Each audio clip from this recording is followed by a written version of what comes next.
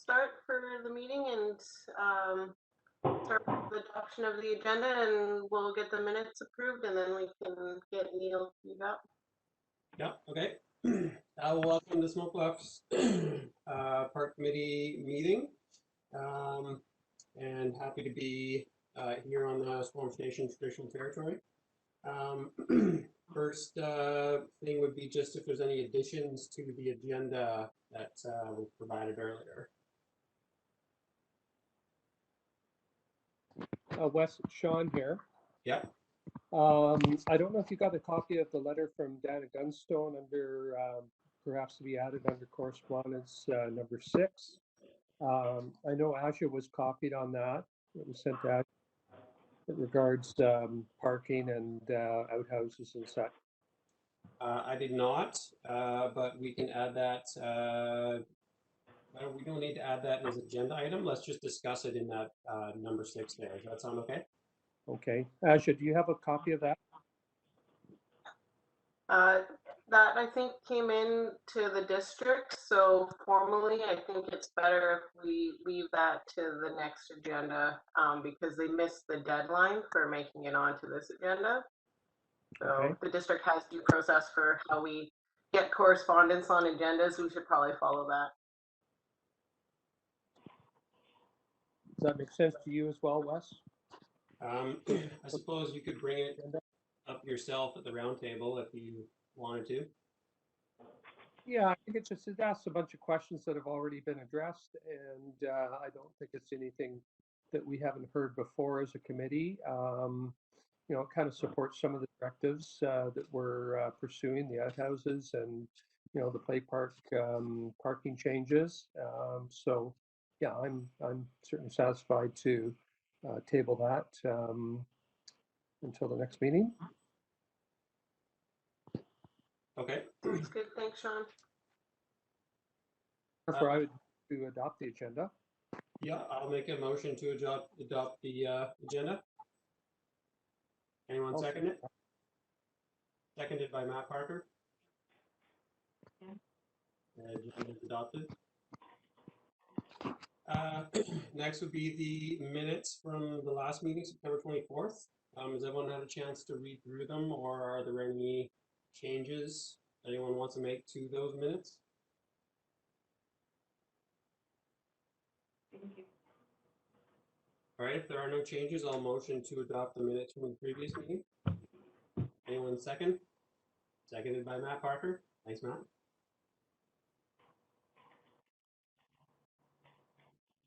Okay, first order of business, Smoke Bluffs Park Dedication Bylaw update. Do we have someone online here that was going to speak to that? He's still just phoning in. He's having terrible connection troubles. It should be another 1 minute, 2 minutes. Okay. Should we, I guess he's going to talk about the first 2 items. Do we want to skip to item number 3 there?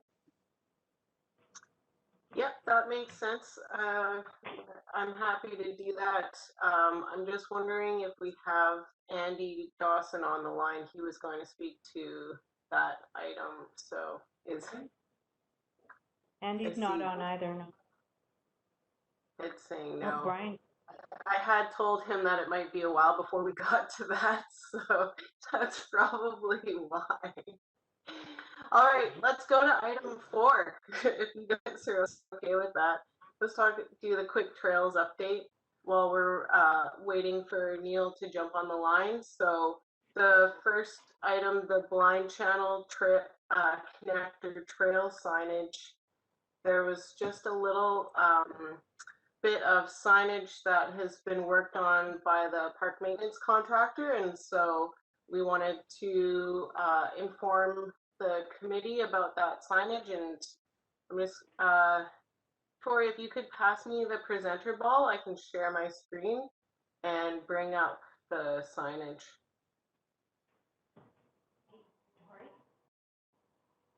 Awesome, thank you.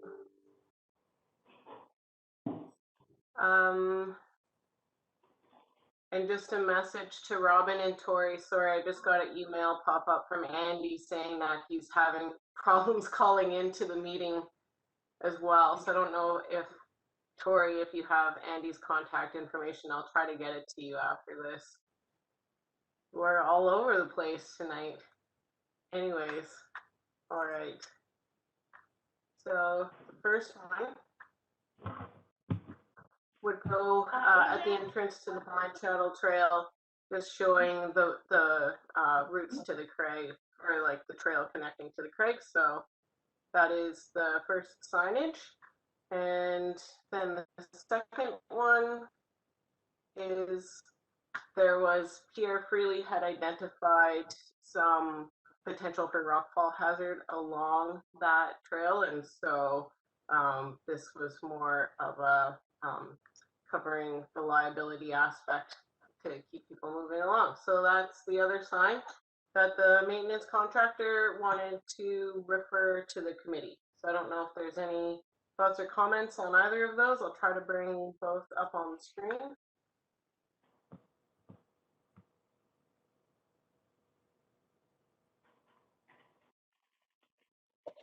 They look good to me, Asia. Yeah, they look good to me too. Whereabouts is the rockfall hazard, or are you not even aware?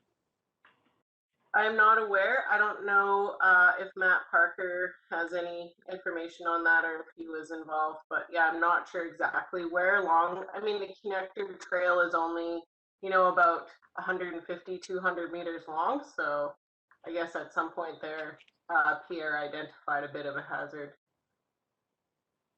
There's just one large slab at one point that is just kind of a big block just sitting there at one spot. That's all. You're right. It's quite short. So. Great. Yeah. Thanks, Matt, for chiming in there. And I think I saw that Brian Moorhead is on the call, so he had some items he wanted to speak to on the East Loop Trail. Brian, are you there? Matt has already answered the question about the rockfall hazard, so I have no comment on the trail per se. I think it's a very good job that's been done by the Squamish Trail Society. But I will speak later to other things happening in Drenka Lands. Okay. Are you hearing me? Yes.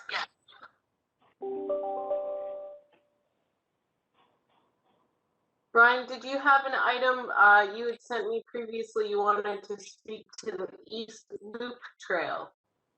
Yes, I would like to speak to it indeed. Yes, I think we need to move forward. Continuing the loop trail, the East Loop Trail from Grand Dug up to the summit. We had a group about a year ago that seemed to be opposed to it, and at that time they said they would help us deal with the problem, but there has been no activity by them, so I suggest that the committee move forward on this project, which has been in the vision of the park for many years.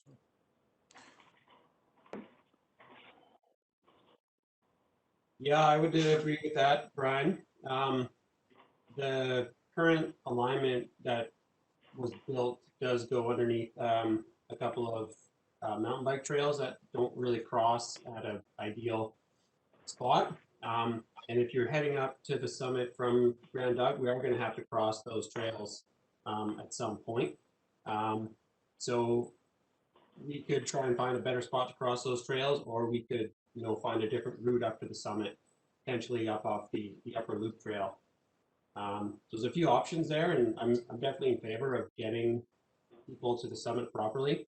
Some signage, a little bit of trail work, we could probably make this happen, but yeah, I agree, it does need to be carried forward. Spencer, you got your hand up there? Thank you. Spencer, you're on mute.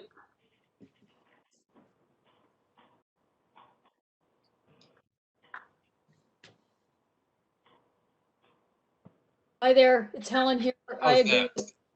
Oh, go ahead, sorry. Sorry about that.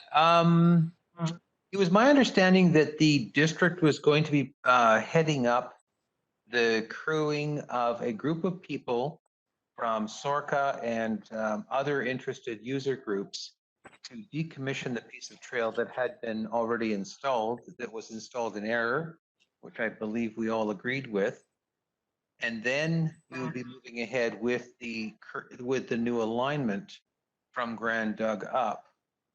And because of the unprecedented situation that we've been in for the past year, which is the reason why the work has not continued, I'm not sure that we should go through with the next piece until we have dealt properly with the first piece.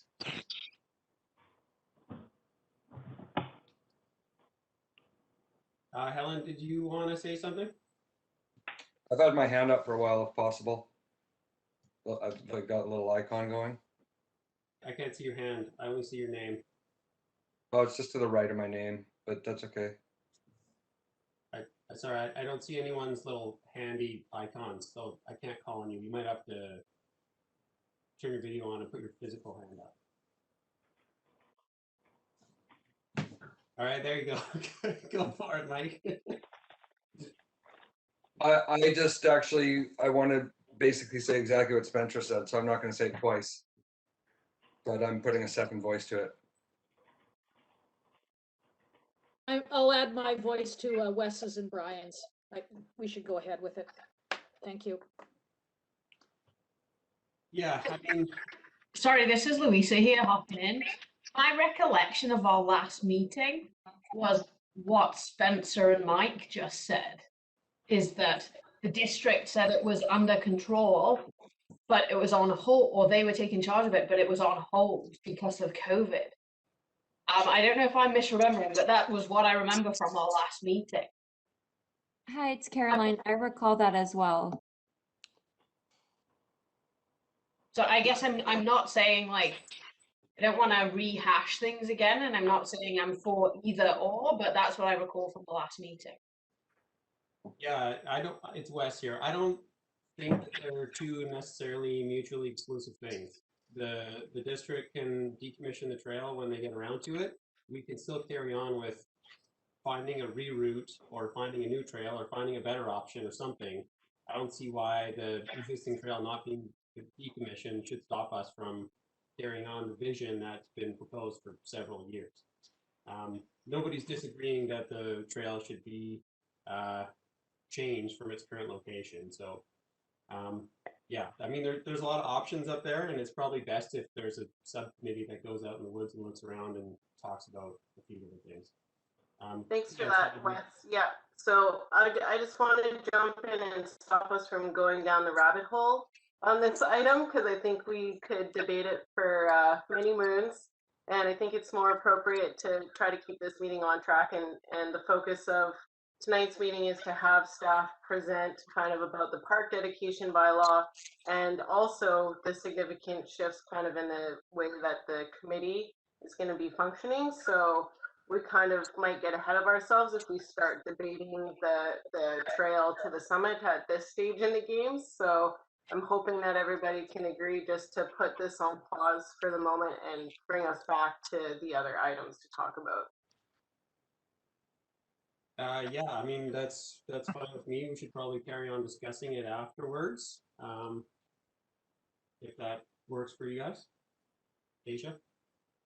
Yeah, if there's time at the end of the meeting and we can have a discussion about it. And just to wrap up before we move on here, I can confirm with that Andy's on the line and he can speak to it as well, but that's my recollection, is that the district is going to decommission the trail above Grand Crag, and we can't do that while we can't get together to be kind of a team and work on it physically. So that's on pause while we wait for vaccinations. Okay. Do we want to go back to Andy's discussion about the budget update on the maintenance contractor with the composting toilet? Or is Neil on the line now to talk about the first two items? I'm here. Or is that Neil? Can you hear me? Yeah, can you hear me? Yes. Yeah. I made it in. It was like Fort Knox, but we came in around the back of the house and got in on the phone. So here I am. Okay. All right. So ready for me to roll? The yeah. dedication bylaw. Absolutely. In some respects, I may want to apologize for a second. The Smoke Bluffs Park dedication bylaw took as long as it did to get to this place, but there was a bit of a method to the madness. We were in, over the course of last year, we were in negotiations to acquire the Drenka land, and that was our first priority acquisition.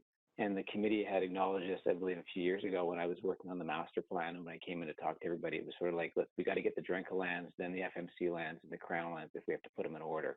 So, and the Drenka lands have been going on for a long time. So we had put that as our priority, but we had hoped that the FMC lands, we would be able to kind of follow it up fairly quickly and make that acquisition so that we could sort of do the bylaw all at once, because we can only put the park dedication bylaw together on lands that we own.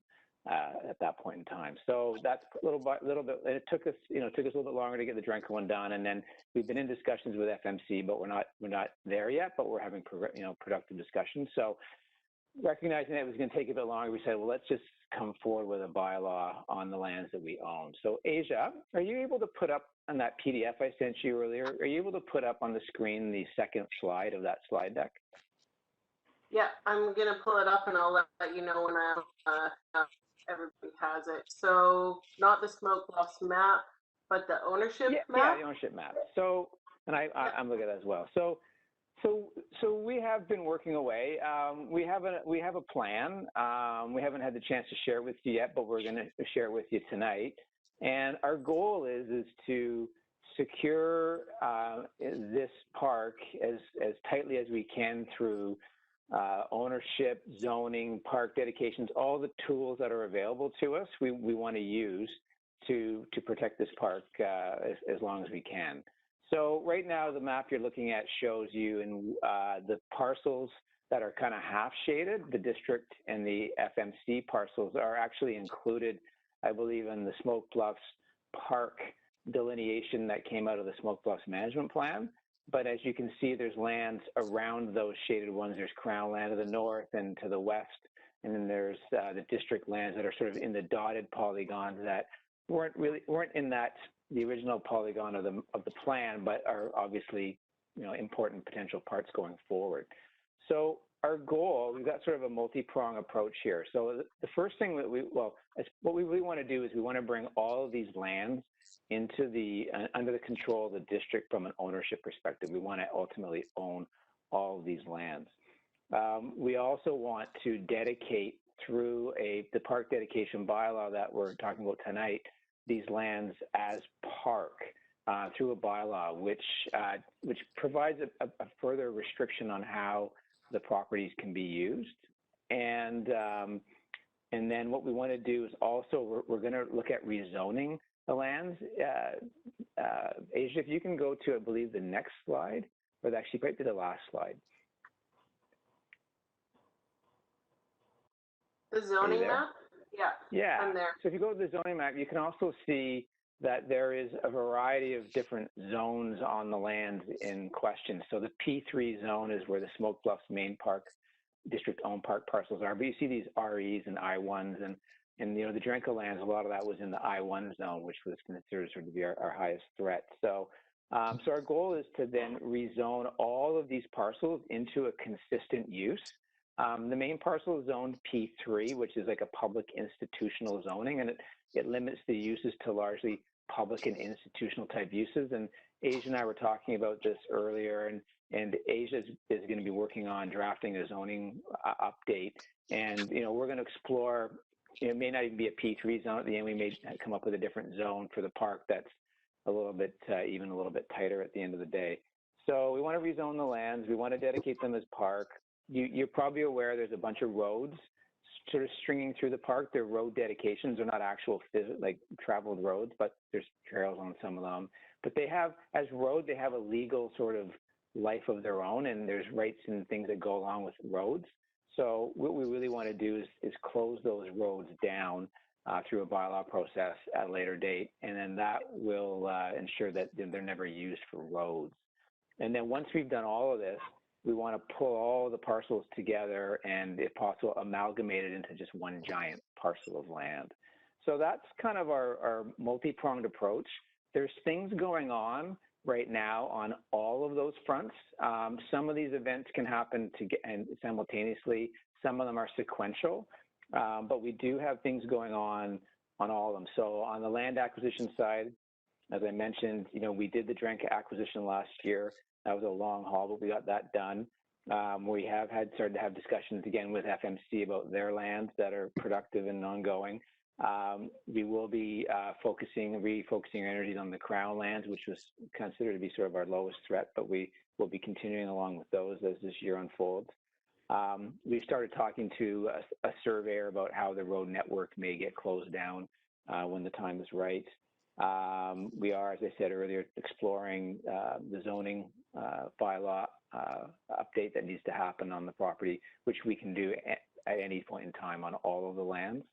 And then, as you know, we're bringing forward a dedication bylaw on the lands that we own right now. So if you go back to the land ownership map for a second, and I'll try and just tie this up and hopefully not lose anybody on it, but basically how it kind of works is there's lots of legal stuff going on here, but so right now we're going to dedicate the lands that are, say, district.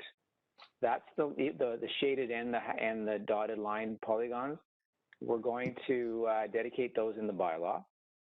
And then we're also going to look at doing a zoning update for all of the lands, the district lands, the Crown polygons to the west, and the FMC lands. We can do a zoning update on all those right now. The Crown land to the north, we're not going to touch yet because there's commercial tendencies in place up there, but we're going to do a zoning change. We can do that regardless of ownership. So that's on the table for this spring. And then once we conclude the acquisition of the FMC lands, then we can start to look at the road closure. We can't close the roads until the FMC lands have been acquired and possibly the Crown lands. And then once those land acquisitions are complete, we close the roads, then we can do a dedication bylaw on the remainder of all of that land as well. So lots of legal work to be done, but that's the direction that we're heading. So I think I'll stop and maybe just turn it back to the group and answer any questions that you may have. Yeah, thanks, Neil. I had a question actually about the Crown land to the north. I think it's I-1 or whatever it is, the designation. There's the rock quarry in there, but in between the rock quarry's license of occupation and the Smoke Bluff Park boundary, there's a strip of Crown land in there that does have a bunch of climbing areas on it. I'm wondering if that maybe we should think about putting that in one of those dotted area sort of future consideration polygons. If we're doing a big zoning update and a lands transfer update, maybe thinking about doing that all at once. Yeah, if I may, we have, I didn't show it on this map, but we have identified those specific polygons as areas of interest. And we have already sent paperwork to the Crown some time ago. It's just that there's the processing that has to get done and consultations, but we have identified those. I didn't have a chance to grab that map in time for tonight, but we are on track. We brought this to the group, I'm thinking about 2 years ago, and we showed, where those polygons were. And so we are live to that. So, I mean, ideally, we would grab everything in that orange polygon that you see right on the screen right now. The only limitation is that there's parts of that orange polygon that are under commercial tenure right now. So whatever parts are commercially tenured, we may not be able to get right now, and everything that's wrapped around it in that orange polygon, we will be going after. Okay. Spencer's got his hand up, and then I think Councillor Jenna, you had your hand up as well. Okay, Spencer. Neil, you had mentioned, and I wasn't quite clear on this, but going and changing the zoning regardless of ownership. And if you could clarify to me whether or not you were actually talking about those Crown land pieces that are to the north. And is this something that we can change the zoning on locally here, even though they're Crown land under commercial tenure? Right. So my understanding is we can't unilaterally go in and change the zoning on Crown land if it's under tenure. If we can, we will. But that tenure might still be, honored. We can't go in and change the zoning and make a tenure, unenforceable anymore, right? So, so that tenure will play out over time. When in terms of not having ownership, we can with the and Asia might be able to help me out here. I'm not sure whether we need the formal consent of the owners, but I don't think we're going to get too much pushback from the Crown or FMC on zoning the land in that area that can be zoned, and especially in terms of the Crown land that isn't under tenure. So it's something we'll look at if we can zone the lands that are under tenure, and recognizing that tenure would be sort of grandfathered. We'd still do that so that when that tenure expires, then the zoning kind of kicks into high gear at that point. And you'd be, sorry, just to follow up to that, and you would be looking at still establishing common zoning to that piece of Crown land that would be similar to the FMC and district land. Correct. Thank you. Okay.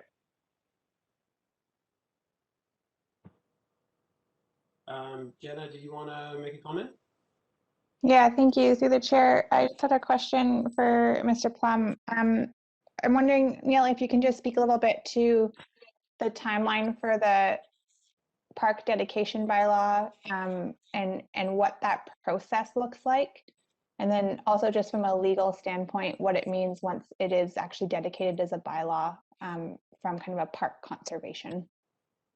Sure. So the dedication bylaw, my memory's a bit foggy, but we've drafted a report for the park dedication bylaw to go to council. So I believe that report hopefully will be coming to council in middle of February. And once that comes to an open meeting for readings, it gets adopted within about 2 weeks after that. So we could have the park dedication bylaw adopted by the first week of March. What that does, the importance of the park dedication bylaw is, and it's a good question because there's a lot of belt and suspenders things going on here, like taking ownership, doing zoning. With the park dedication bylaw, once it's dedicated as park, it's hard to get the property back out. To get a property removed from a park dedication once it's established, it can only happen through a public process, and it requires an approval of the electors. So that can be through a referendum or what's called an alternative approval process. And I'm not an expert on how the alternative approval process, how that works, but if anyone wants to know, Ms. Arthurs is here and she is an expert on that.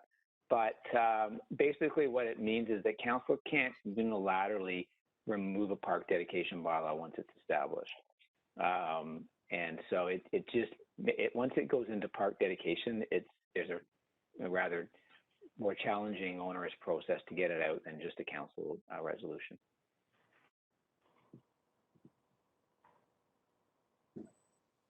Yeah, Neil, it's Wes here. Are there, like, under the dedicated park, how would the bylaw structure work then? Or is it any different for, creating bylaws for, different uses or different activities within the park? How is that different from the current format? Yeah, so the bylaw for dedicating it as park is really, really simple. I don't actually have it in front of me, but what it will say is there's sort of a bunch of whereas at the very beginning, recitals, which is sort of the motherhood statements of why we're doing what we're doing. And there will be a statement in the whereas section that speaks to, the importance of this area as a climbing area. So it sort of sets out that motherhood statement. In terms of the park dedication bylaw itself, it's very simple. Just sort of said through this bylaw, it's being dedicated as park. There's no definition of what park actually is. It just says park. And so, and they're actually, interestingly enough, in the community charter, there's no definition of park either.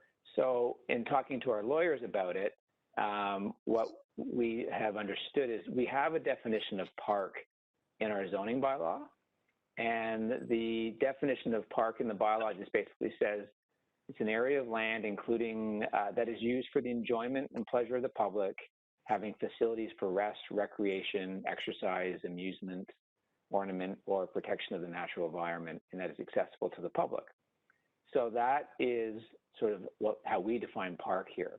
If we are, by doing the dedication, if at any point it's deemed by anybody in the public that the district or the park is being used for a matter that is not consistent with what our zoning definition is and what common law in the province of BC has worked out to be, then anybody can bring a claim forward to the province and say the district is not using this area as a park. And through common law, the district would have to respond to that claim. So it provides the community with, once we name it as a park, and then it provides the community with the protection to know that if we did start to do things differently, then it would be up to challenge by anybody in the community.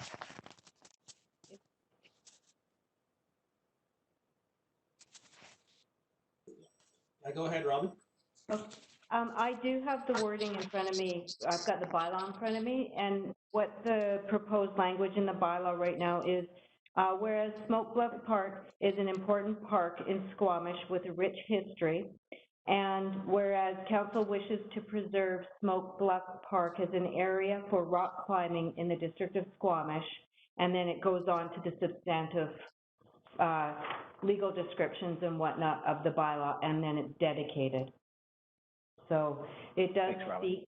It does speak to the purpose of the dedication.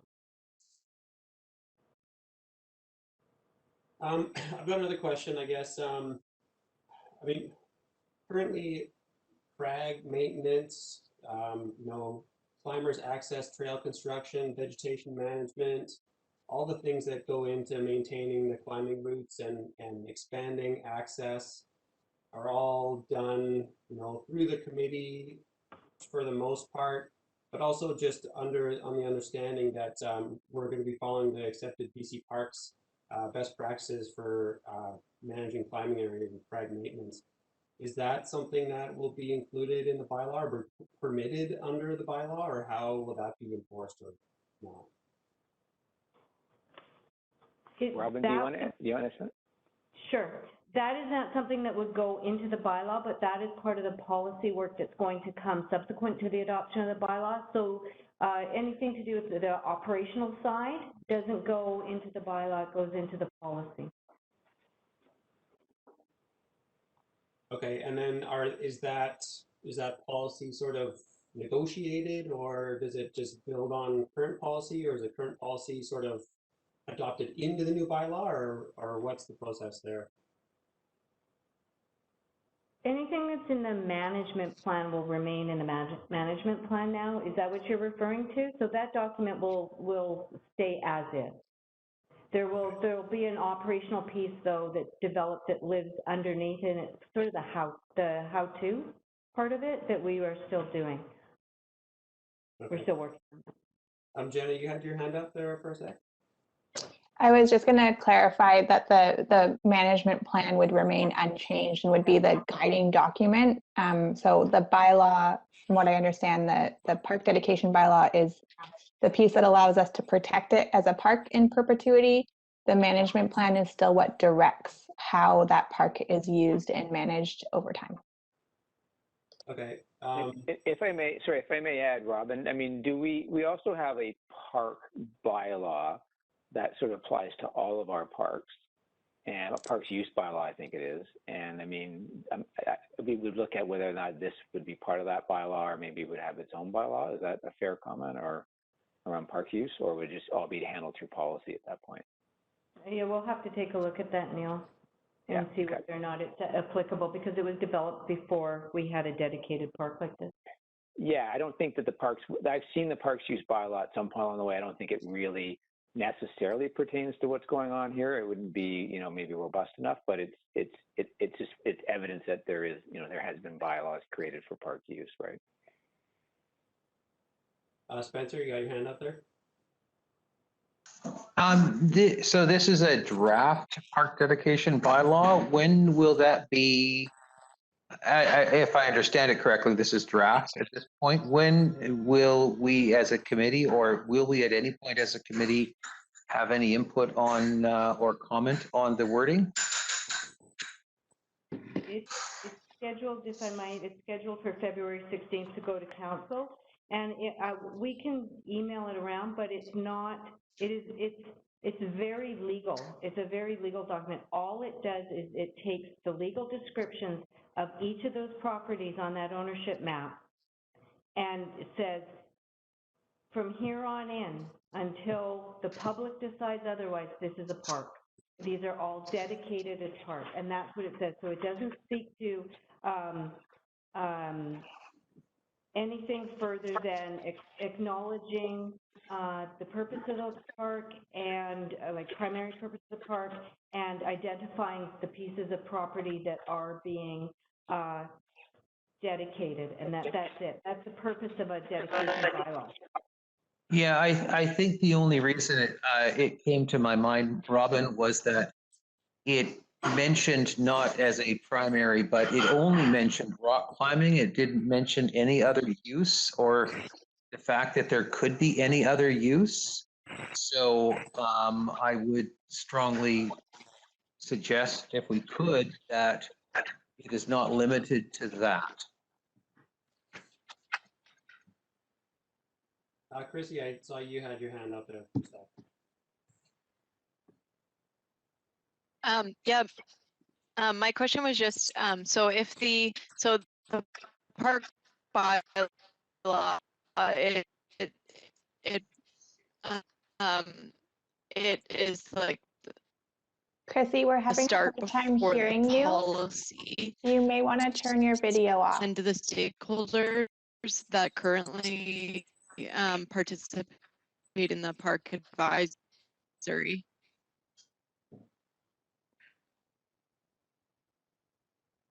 I didn't hear Am I that. cutting out? Okay. Yeah. Yeah, try with no video. Yeah, try it again. Better? Yeah. Start over. So my question was, yeah, that's better. Okay.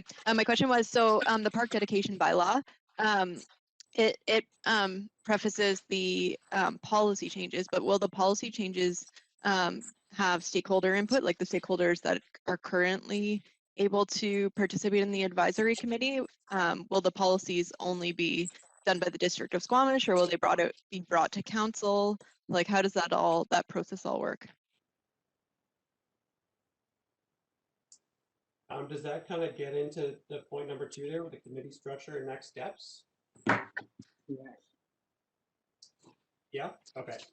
I guess just before we move on, Mike, you got your hand up there, and then after that, maybe Neil can move on to the second point there, which will probably answer most of Chris's questions, I think. Okay, thank you, Wes. Yeah, I just have the same concern to name only one activity in the park. I think we all recognize that climbing is probably the prime activity, but I think it's important to acknowledge that there's other activities in the park.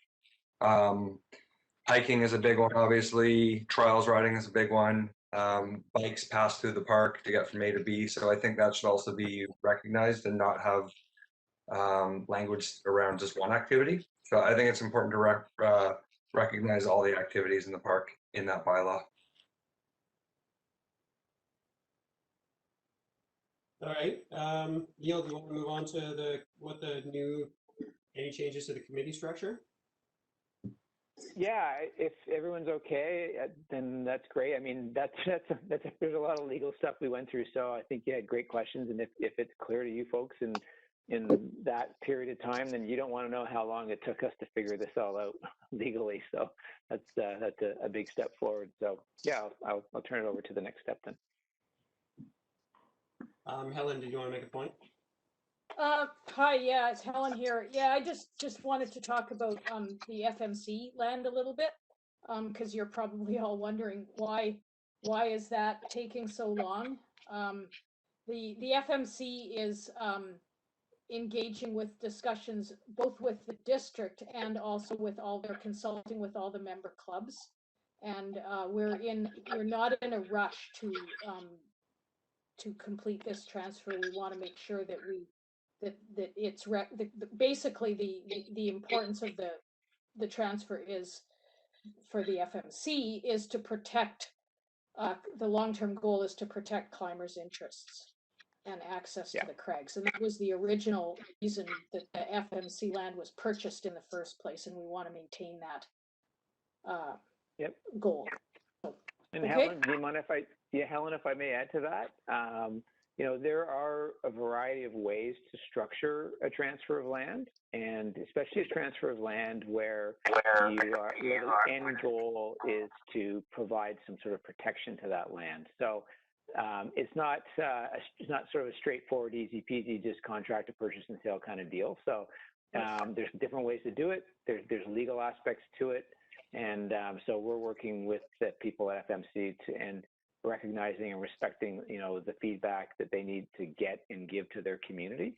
And so we are working with them to make sure that when that transfer occurs, that they're very comfortable going back to their community to show and demonstrate that they've done the best to protect that property.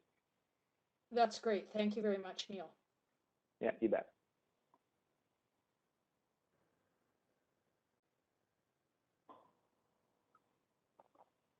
All right, so I've been hearing a little bit about the committee structure that could be changed or not changed or changed in name only kind of thing going forward. But why don't you go through what the potential options are and sort of what the preferred route would be for carrying on this committee, Neil?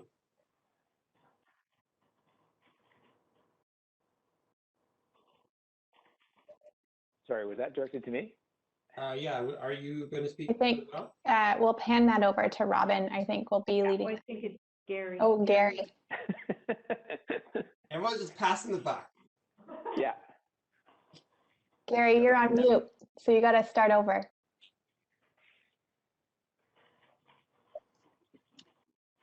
Great. Well, as part of the park dedication bylaw, we're planning on making some changes to the committee. Right now, this select committee is incredibly resource intensive to use. I think there are there are 5 staff members currently working this, 3 of which are on overtime. Select committees require them to be live streamed, so we've got all the AV.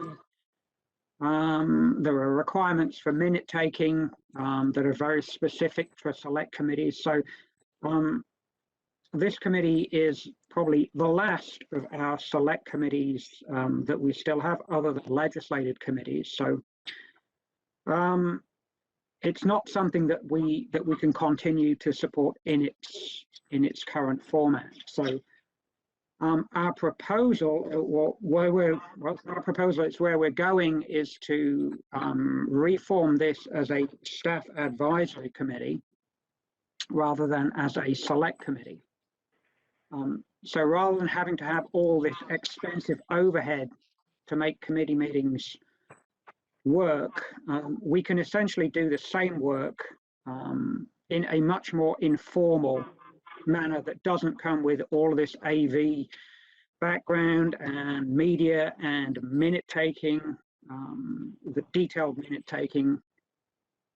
So the proposal here, the way we're moving forward, and if I can share my screen. Oh, where are we going?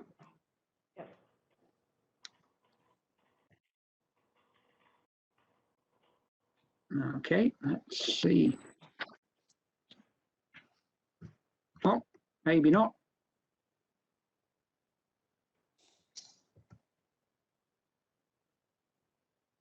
Oh.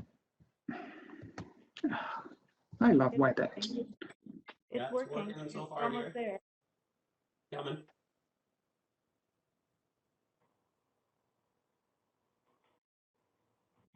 Now, what on earth are we seeing? We are seeing black screen of death. Okay, well, that's exactly what I planned, so this is working perfectly. I mean, it's a lovely color, Gary. Is that your desktop? It's a very Clean and tidy. Okay, try this. Okay. Now are we seeing anything? Yeah, now I see draft for discussion, Word document. Okay, so we're proposing to reform this committee as a staff advisory committee. So it comes with the same preamble essentially to the bylaw to preserve the smoke bluffs primarily for rock climbing, not exclusively. The vision is drawn from the management plan. So the purpose is to establish and maintain an effective channel of communication with respect largely to ongoing maintenance planning related to smoke bluffs using the management plan. The scope will be making recommendations to staff with regard to operations, capital improvements, so on and so on. We're going to circulate these to the committee afterwards. There are some limitations, but membership, we're talking about 8 to 12 members to give us a bit of freeboard, coming largely from the existing membership as well as residents. To say the membership won't substantively change. I'd be the primary liaison, but I can tell you that I will have staff helping me out on this. We would have someone from planning and someone from public works as non-voting members of the committee. We're going to meet at least 3 times a year. We'll coordinate the meetings. But again, you're not going to see the same sort of AV background, minute taking, live streaming. We'll do the same notification, no less than 4 days. You'll get the information for that meeting. We'll report annually on our activities to council. Quorum would be 5. Some meeting conduct notes that won't be particularly a change, agreement protocols. So, to be honest, we do the same thing, but you meet with staff and there's no one on council on the committee, and it's done without all this heavy work that we have to do in the background. So I'm going to stop sharing at that point. We'll get that out to you as soon as the meeting's done. But I say this is the last of the committees that we've had. And Robin, the background, can you give me the history on there's a reason for this, is that largely the purpose of the committee was to get the management plan in place. And we've done that. So the purpose for which the bylaw was originally intended is done. The management plan is there. It can guide our future activities. We just don't need to be doing all of this extra work to have a committee that's going to help make recommendations to staff about how we manage in an ongoing fashion the operations of the park. Take out the legislative bureaucracy from it. Yep. So as part of the park bylaw, the Smoke Bluff Parks bylaw, which bylaw 1935 would be repealed, and we essentially replace the select committee with a staff committee. So that's really the summary. Go ahead, Jenna. Thank you, and thank you, Gary, for that overview. I appreciate it was a little bit high level, but I just want to chime in as well with a bit of a council perspective here. As Gary mentioned, this is our last select committee of council that is not statutory in requirement. The committee was formed in 2007, and the primary purpose in its terms of reference was to establish the Smoke Bluffs Park Management Plan. And I think in my time as council liaison in this role, I think especially in our last conversation, our last meeting around budget, it became clear to me that there continues to be, I think, a bit of lack of clarity in the role and the scope of what this committee continues to do now that the management plan has been created, and we put all that time and energy into creating a really strong management plan that we're now just kind of guiding the implementation of and the operations. So that really big kind of heavy policy piece has been completed. And with the park dedication bylaw coming on board, which really does protect and preserve that land as park in perpetuity, we see this as a good opportunity to shift and, as Gary mentioned, remove some of that legislative bureaucracy for the committee, to still be able to provide that input on the implementation and operations, but without the legislative pieces that are required. The other piece that's in our mind, as I mentioned, as I spoke about this with the mayor a little bit, is this will be one of many large parks that are coming on board within the district. So folks may be aware there's the Waterfront Landing Park that's coming on, the Oceanfront Park, Garibaldi Springs. We'll have Smoke Blu dedicated. And so we are also thinking kind of more broadly in our strategic plan. We have a lot of ambition around trying to better activate our public spaces and making sure that they're well utilized. And so there is talk about creating, if we were to create a new select community council, it would probably be broader in nature, looking at how we activate all of our parks for all ages across our community. And then this group can really focus on the implementation and operations component of the Smoke Bluffs Park Management Plan. So that's a little bit more context from kind of the strategic perspective of council. Gracie?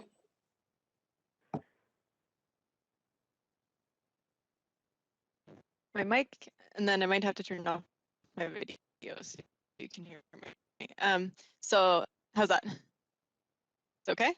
Yeah, it's all good. Okay. So one of the questions I have is, so the setting up the management plan and overseeing the implementation of the development plan were only 2 or 3 of the items. Like there was also like the purpose items I've got in front of me. It was also to act in an advisory capacity to council on projects and policies for the Smoke Bluff Park.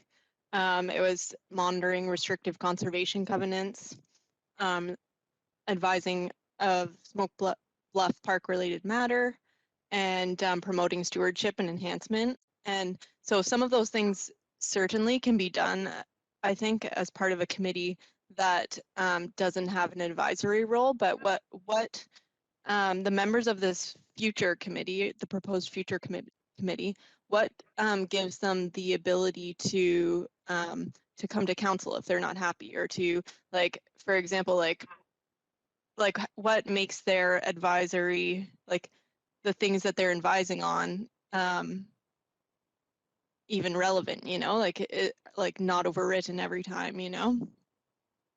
Like there's a lot of things that we've seen through on this committee that I don't know, like I don't know that would have gone through unless we were able to push it towards council. And so if we don't have that ability, like say if we were like, we want a composting toilet, but we don't have the ability to make a motion to council, and staff's like, that's not appropriate. Like what happens in that circumstance when the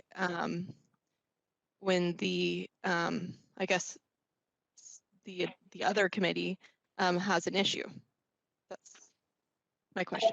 I echo Chrissy's concern. It's Caroline. I just wanted to know, like, what is the, I guess, the power, or and I shouldn't say power, but what are the capabilities of this committee moving forward? If there are any challenges, are we just mainly supposed to, is the future committee going to be mainly just a soundboard, or what is their actual role in moving items forward and actions, and, you know, putting their voice ahead of, you know, what might be some other priorities that the district may have? So I can start to address that. Yes, at present, your recommendations get forwarded to council as from a select committee. They carry no legislative weight. They do not bind council or staff to do that. Yeah, you made a recommendation for a composting toilet this year. Staff did not support that. So with all due respect, not a lot is going to change other than the direct line of communication between the committee and staff. on a monthly basis, or on a as the meeting terminates, those minutes automatically get sent to council. But in terms of influence and power, frankly, the committee has none of that right now. It can make recommendations. But if you say go pave the Smoke Bluffs parking lot, that doesn't mean the parking lot's going to get paved under either a select committee or a staff advisory committee. Spencer, you've had your hand up for a little bit there.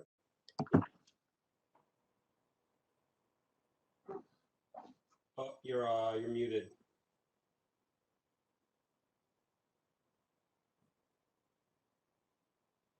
Sorry. To Gary, Chair, I guess.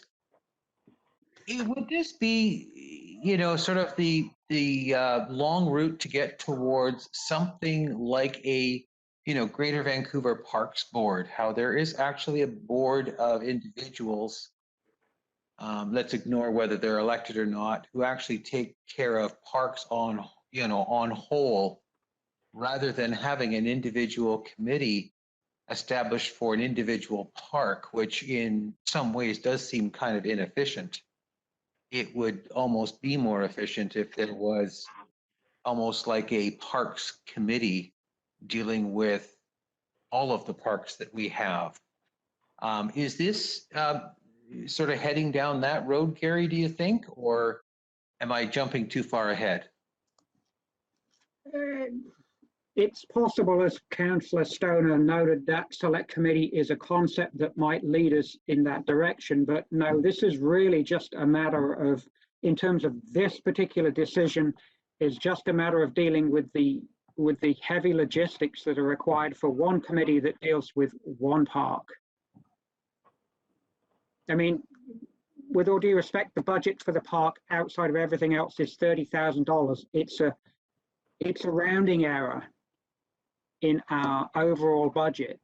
So to have a select committee for one park dealing with amounts of money that are rounding errors, we can't continue to sustain the level of effort needed to maintain a select committee. Gary, I definitely understand the administrative costs and even the staff, like the staff costs that dedicated to this. So another question I had is, so for in terms of expenditures, would that, like for example, we've always gotten to kind of make those capital priorities and the management priorities. Would this staff advisory committee have a similar thing? Would they get to recommend projects? Like would it have a very similar role, or would it be just like you get called on an as and when basis? I mean, the money available to the park isn't going to change. We're not going to account for it separately again, because accounting for things separately in the way that we do as a rounding, it doesn't make any sense to us anymore. Is the select committee, is the staff committee going to have a $5,000 budget to spend? No, it's not. That is a change. We can't have a staff committee having decision-making power over a portion of the budget. We just can't do that. So will there still be $30,000? Yeah. Okay, so the $30,000, that's the management contract, correct? Part of it. And then the leftover stuff is available to spend on like whatever that staff and the staff advisory committee deem priorities? Correct, yes. Okay, thank you. And then Gary, how, I noticed in your document, I think you might have glossed over it, but is there the bylaw right now says we have to meet a minimum of 4 times a year or 5 times a year, whatever it is. Is that going to be carried forward? Is it going to be a different schedule, same schedule, or is that still up for debate? I suggested 3 because that's what we've been trying to get to. But if you've got a suggestion that 3 should be 4, should be 5, that's great. If you're going to suggest it should be 12, we're going to look at how much we think we need to be meeting on the issues that we meet on. I mean, once we've got the management plan done, which has been done a couple of years now, we're very much down in the weeds on the operations and maintenance of a park. Do we need to meet 12 times a year? I would suggest not. So it maybe 3 is too low, maybe 12 is too high. So is there somewhere in the middle we can meet? Yeah, there is. I'm open to suggestions. Yeah, I'm definitely open to being somewhere in the middle. I think 4 is too little, and I think everyone can probably agree that 12 is too many. But yeah, this is a pretty important resource, and it's, you know, there's a lot more different management that needs to happen compared to a regular district park with all the different uses and climbing areas and crags and engineering required. So yeah, I would definitely be in favor of somewhere in the middle. I don't know if that's going to be set in stone or if that we just kind of figure it out as we go. I think Jenna's been trying to get in here, Wes. Yeah, go ahead, Jenna. Yeah, thank you. I just want to pick up on a few things that have been spoken or asked about, and I'll go in reverse order. So just on the topic of meeting frequency, the other thing to keep in mind is that when it's not a select committee, you have a lot more freedom for how you can communicate and move work forward. So right now you can't move any business forward by email. It has to be a statutory set meeting. So it may also open up the opportunity for more free form conversation between staff advisory members and our staff. With regards to budget advisory, I believe that in the terms of reference that Gary has as draft, there is still that same process around advising on capital projects as part of the annual budget cycle. As it happens now, those recommendations go into the more fulsome budget cycling that staff do before it gets elevated to council. So from my perspective, that doesn't really change. And from a transparency and kind of access to council perspective, this is definitely one that I have thought about and raised, because I think it's one of the benefits of having a select committee of council is that they are open meetings, they're transparent. Those can still happen if the staff advisory committee decides they want to have an open meeting, they can still be open. Gary did mention that there would be annual reporting on what work has been completed for the park as part of our annual report, and we'll try and incorporate that. The other piece that is always an option is for a few folks from the advisory committee to apply to show up as a delegation to council. So if on an annual basis, the advisory committee thought it would be helpful to provide a presentation to council on what's been happening, what's working, what's not, there's always the opportunity to apply to appear as a delegation. Okay, thanks, Jenna. Mike, did you have your hand up? I did, yeah, just very briefly. Gary made an interesting point about the budget for this park literally being a rounding error. I think there's definitely some flaws with the way we run as a committee, so it's interesting to see that there's some discussions a decision, I should say, to make some changes. I'm curious to see where that leads to. And I would also encourage staff, in addition to the changes they're making with the management of the park, to really think about this budget. This is a very, very remarkable world-class park we have, and the budget's almost laughable. I can't believe that it's $30,000, as Gary, you said, literally a rounding error, and we're trying to run this incredible park on that. So, you know, thank you for the consideration or the decision to revamp how the park is being managed. It's probably a good idea. It'll be bumpy, I bet, but it's probably for the better. I just ask staff to consider asking council for budget changes on this park too, because it's not enough. That's all I wanted to say. All right, thanks, Mike. I would definitely agree in principle that, you know, more is better. You know, what we can do with it, yet to be determined, but yeah, $30,000 does seem, and if it is a rounding error, seems rather small. Spencer and then Chrissy, you guys have your hands up. And just quickly, I think for Robin, the makeup, in other words, the individuals that would actually occupy the various roles and seats, still sits with approval of council, I assume. No, that will be an application process, and it'll be decided by staff. It takes council out of it. That's what this is doing. We're taking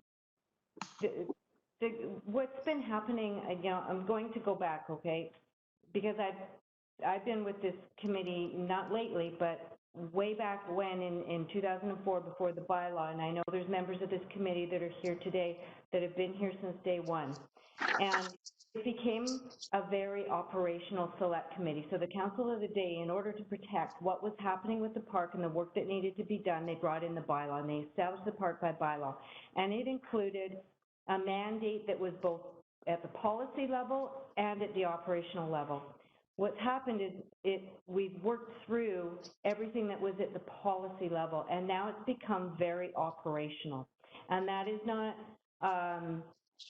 something that a select committee of council that's so heavily legislatively regulated typically does. And a good example of that would be our former seniors committee. It became very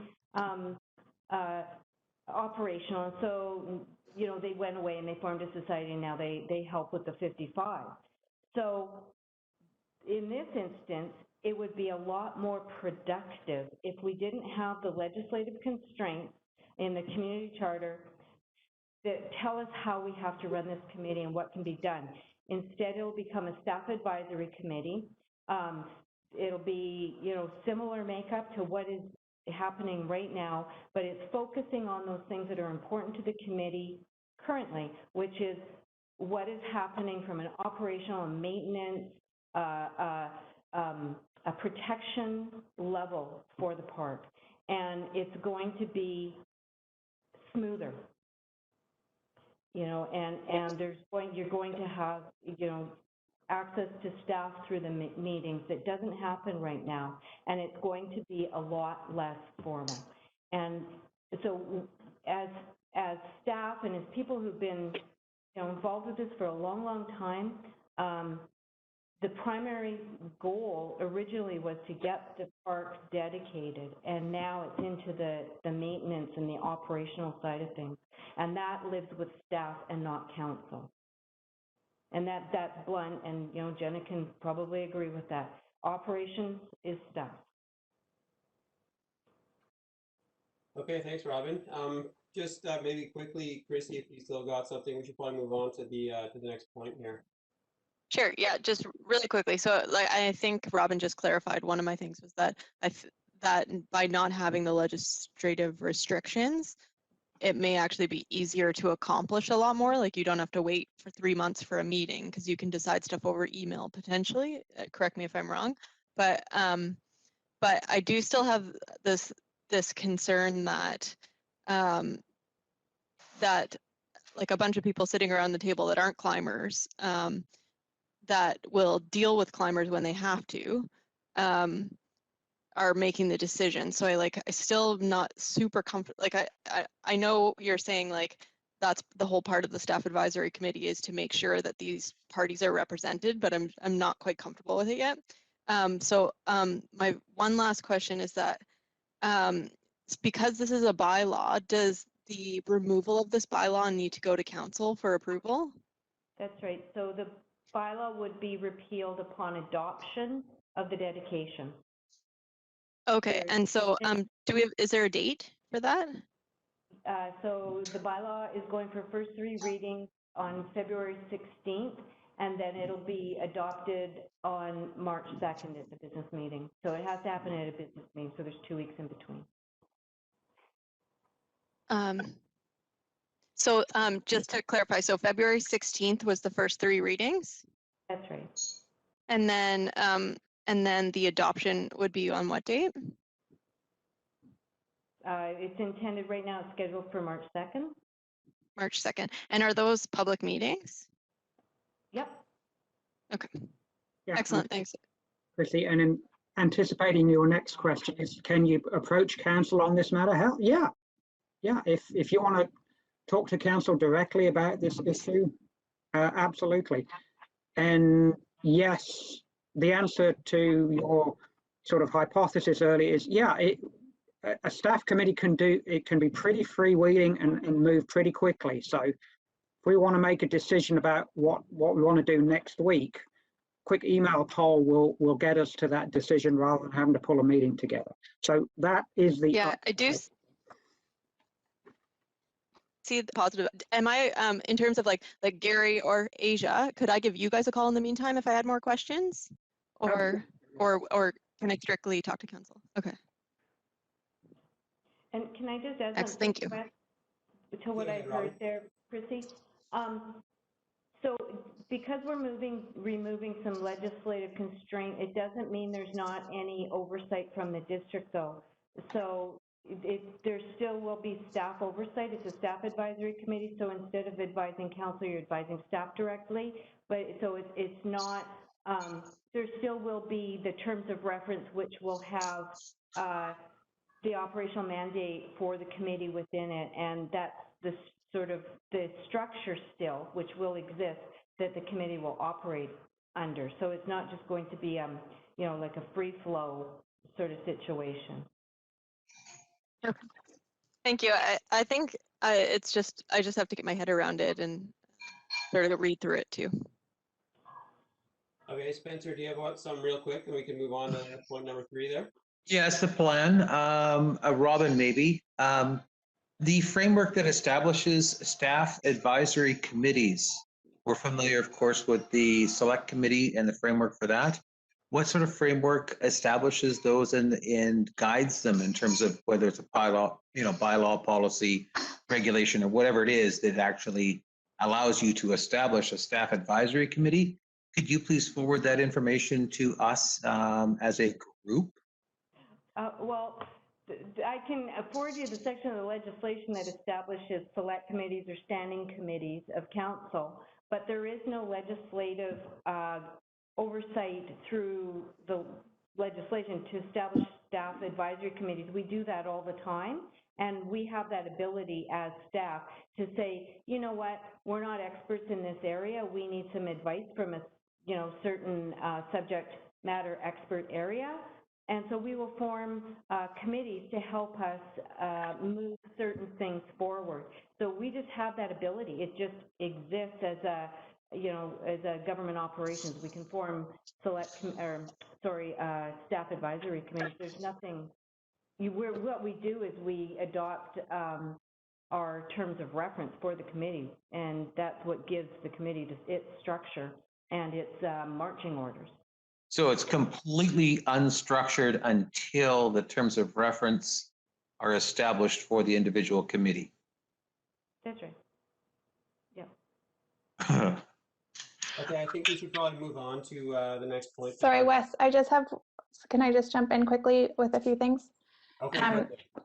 So I hear very much what Chrissy's saying. I think the next steps is for Gary to circulate the terms of reference as they are draft and receive feedback on those.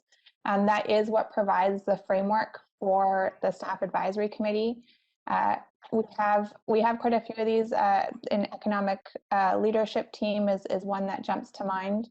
The other option in terms of direct connection, some of our staff advisory committees do have ex officio members of council, so they're non-voting members that may participate in meetings. And then also, as I mentioned, there's the opportunity for appearing as a delegation before council, and that can be timed around budget if the staff advisory committee wants to advise directly then. So happy to hop on calls with any or all of you to chat about what those options could be and making sure that we can address, especially Chrissy, your concerns for the transparency of what that committee would look like in the long term.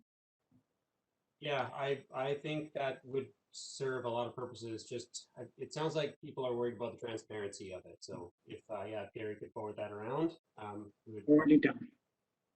Perfect. Thank you, Gary. Thanks, Jenna.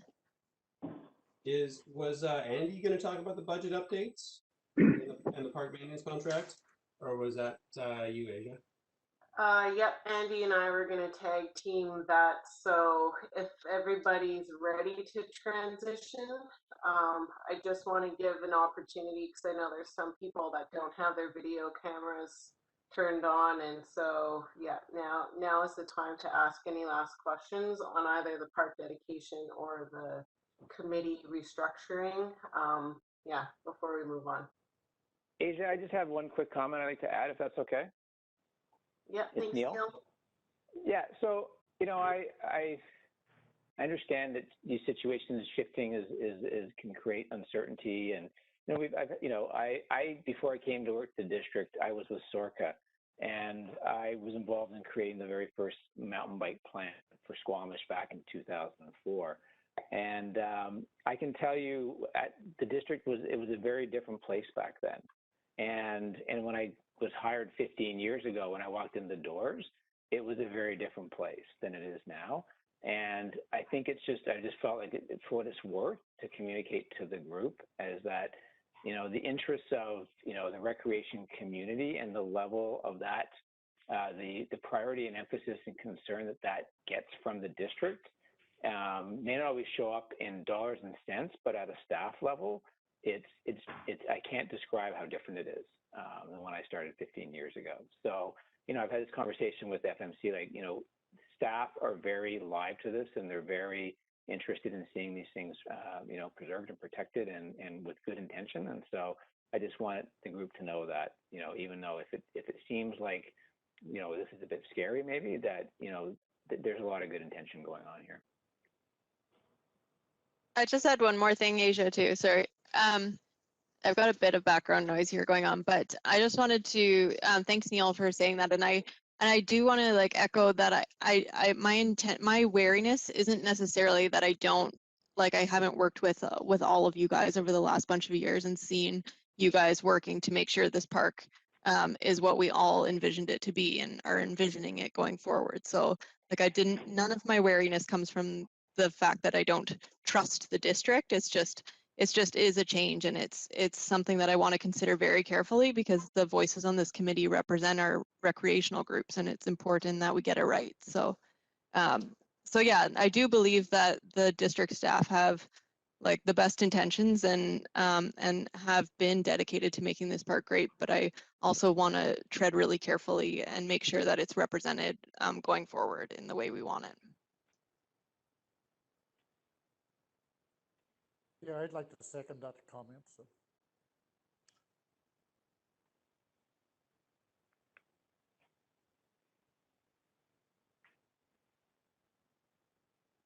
All right, that was a good pause, I think, for if anybody else wanted to speak up, hopefully they would have jumped in at that stage. So yeah, let's try to move things along here. Thanks to Neil and Gary and Robin for joining us tonight. And the rest of the items are totally operational related items. So thanks to you guys, and have a good rest of your evening.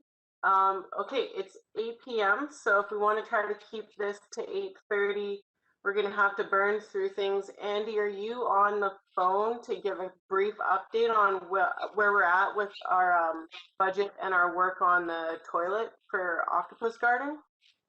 Yes, I'm here. Great, go for it, Andy. Okay, budget-wise, well, right now, like Gary said, it would be around $30,000. We'll know that once it's approved. So really, we don't have much to offer on the budget end of it as of yet, but that's kind of where we stand.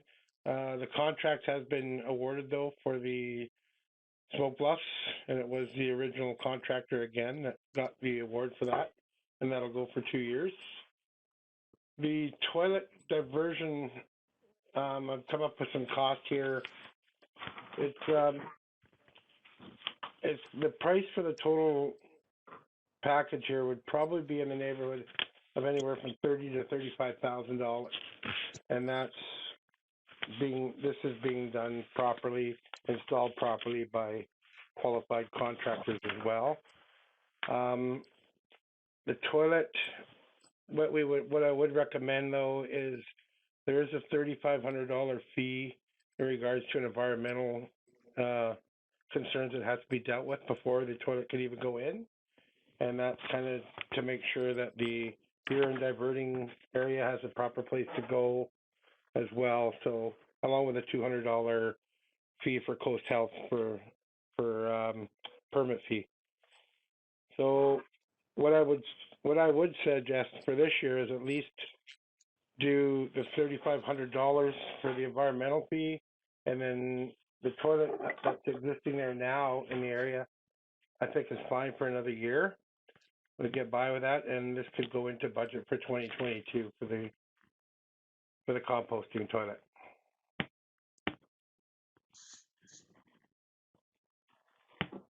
Anybody have any? Hand up? Just a quick question for Andy. Have anybody come up with an approximate annual operating cost for that? No, not yet. I wouldn't. It shouldn't be much because we don't. You know, it's going to kind of run along the same lines as the one that's in the play park there, and it's just basically maybe raking it back once a month. So there's really no cost. But once it's installed, it's pretty well, you know, on its own after that, other than the cleaning, which is part of the contract anyway. It's just maintained by the park maintenance contractor. Exactly. Yeah. What she already does on that toilet, you know, just a regular toilet that's up there now. Brian, I know that you've had some experience in this area. I know you've mentioned some smaller numbers in that. Wonder if you might have some input there. I think the installation at Octopus Garden would be considered a fairly minimal use area. I would imagine the maintenance would be also extremely minimal. Breaking back once a month is not really appropriate. It'd be more like once a year. So it's we have had these things installed in other places, and they work extremely well. So I have no real concerns with it. And typically they cost about 15 grand if the installation is not too complicated. Sorry, may cut in here. The reason why I want to do the $3,500 is to get the consultation on the area to see whether or not this is even feasible. I can understand what Brian's saying, but we still have to abide by coastal health regulations. Yep, I get that. Yep. And we got to make sure that we're following that part of it. So this is where I want to do, at least get this part done this year. Next year, maybe, you know, we'll look at it again, but at least then we can go back to, you can go back to council in 2022 with a better idea as to what the exact cost will be. Yep, that seems prudent, but it's definitely the way forward. Most places are moving in this direction. Andy, is this something that would be a tendered contract for the install, so that 30,000 might be just an estimate at this point, and we might end up with another contractor that might come in lower? Yeah, exactly. This is just a single quote from one company. It's kind of the system though is kind of set up. There's two parts of it. There's one of the building itself, which is, we got the quote from Wishbone Limited. It's a company that uses you know, natural, or doesn't use wood but uses recycled plastics and aluminum flooring, which is, you know, virtually a great idea for that, especially being where it's going to be situated. And then the other part of the toilet would be the composter itself, which is, you know, fairly expensive as it is. And then there's the issue of getting it up there. You know, the toilet, from what I know, weighs about 1,000 pounds or 1,100 pounds. There may be the opportunity to fly it in. It'd be easier to get it there than try to pack something like that into the area.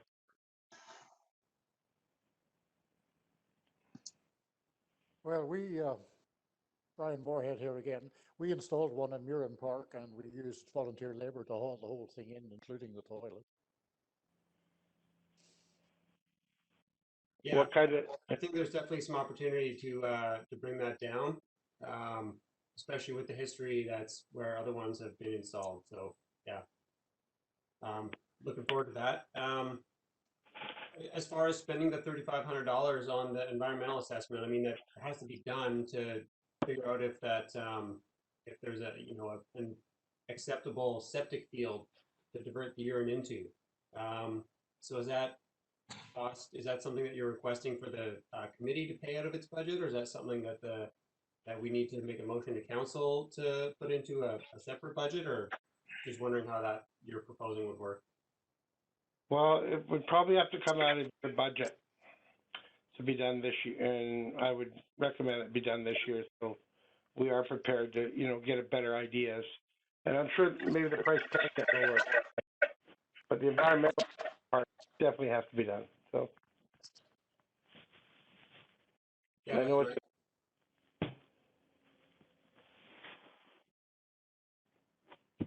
Changes with the new model we're moving to in the future. One thing that I think is so cool about this committee right now, and you know, hearing Brian speak really made me think of this, is the power of volunteerism and the way that this group is able to reach out to the community and engage volunteers to come in and make things happen. Do you, Gary, I'll just ask you directly, do you foresee a reduction in the volunteer power we're going to be able to implement in this park, thus increasing costs to the district, or do you think volunteers will still be able to be utilized in the park?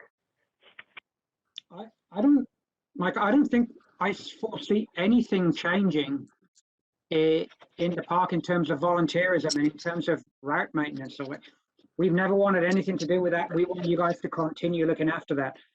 I mean, here's on the bright side, my parks budget can readily accommodate a $3,500 fee. So the bright side of being part of a much larger budget is that if I've got to find $3,500 or $5,000 this year to do something like that, we can do that. And I don't really have to worry too much about it being, is it $5,000 out of 25? It's $5,000 out of a much larger number. So there's that upside. Cool. Earmuffs, Councillor Stoner, earmuffs. That's good. Yeah, I mean, it definitely sounds like a good idea that we should move forward with that assessment as soon as possible, because I think everyone's in agreement that we need to do something about the toilet situation up at Octopus Garden. So is there anything that you guys need from us at this point to move forward with that? Do we need a motion, or are we not really at that stage because the committee's kind of changing right now? I don't know if Andy's still there, but yeah, there isn't anything like staff. Andy is actively working on it and trying to move it forward, with the first step as being the exploration to check to make sure we can get disposal field in there. Yeah. We're going to get it done. Yeah, I will start on it and we'll get it done hopefully within the next month here. Is that a local consultant that's going to be doing that? No, it's actually a fellow Jeff Hill's recommended from Toilet Tech. I don't have the email in front of me here, sorry, but if I did, I'd give you. I'll get his name out and I will put it out in an email if you want.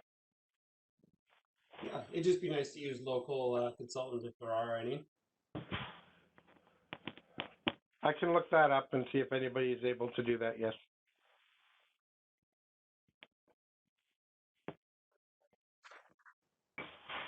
All right, if there's no, does anyone else want to make any points on the budget updates, park maintenance contract? I mean, we did pretty in-depth review of the last meeting. There, I see there's a referral from council, but was there any other budget items that we had recommended that we would try and get into the 2020 fiscal 2021 budget that either made it in or didn't make it in? Is there any update on that? I can speak to that. This was the only recommendation that we had specifically from the committee. It's being, there's a cost estimate here that was just provided by Andy. It was referred back to the committee for that reason, because the $30,000 was not eligible for the 2021 budget from council discussions. And so it was referred back to committee with this, with these next steps that Andy just laid out. Okay. Thanks, Jenna. Anybody have any objections to moving on to the trails updates? Actually, no, we did that, didn't we? We got the blind channel connector trail signage done, East Loop Trail discussed, ongoing. Maybe we can loop back to that later if there's time. It's already 10 after 8. Traffic separation at the parking lot Crag. Brian, did you want to speak to that? I think you're on mute, Brian, if you're trying to talk.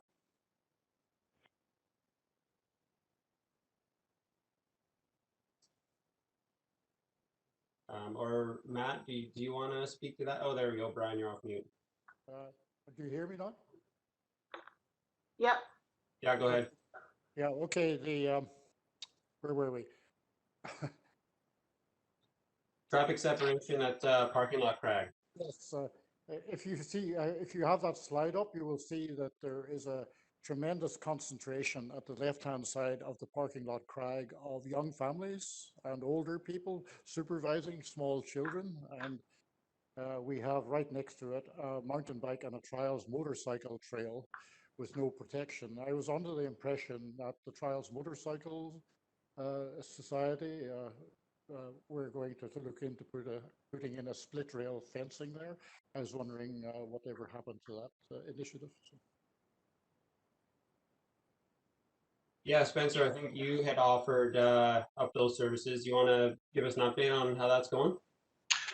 Well, there was a couple of things looped into that. One was there was supposed to be also prior to that request coming from Brian and others was the signage talking about the fact that we would be actually utilizing motorcycles coming through there, which has never been installed up to yesterday, I believe I went and checked. Lots of other infrastructure around there, but no educational signage about the presence of Trials motorcycles.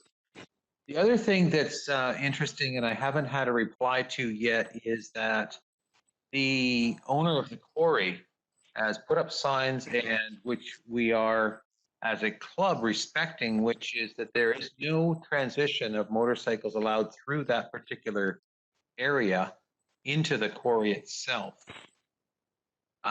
They apparently, I had a long discussion with the person that owns the quarry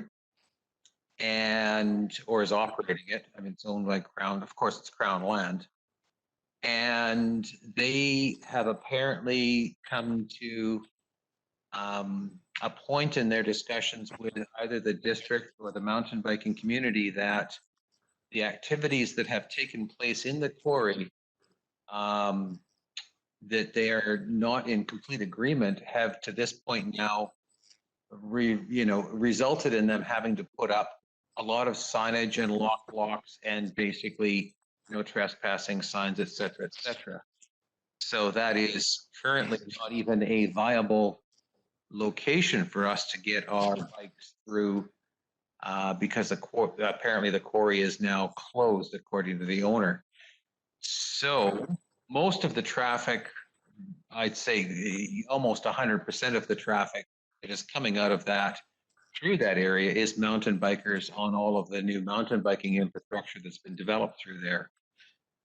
All this is a very long way to say we haven't moved on it as a club, partly because of the lack of signage and the other stuff that's supposed to be there, as well as a lack of firm commitment that we'll be able to still actually use that piece going through there.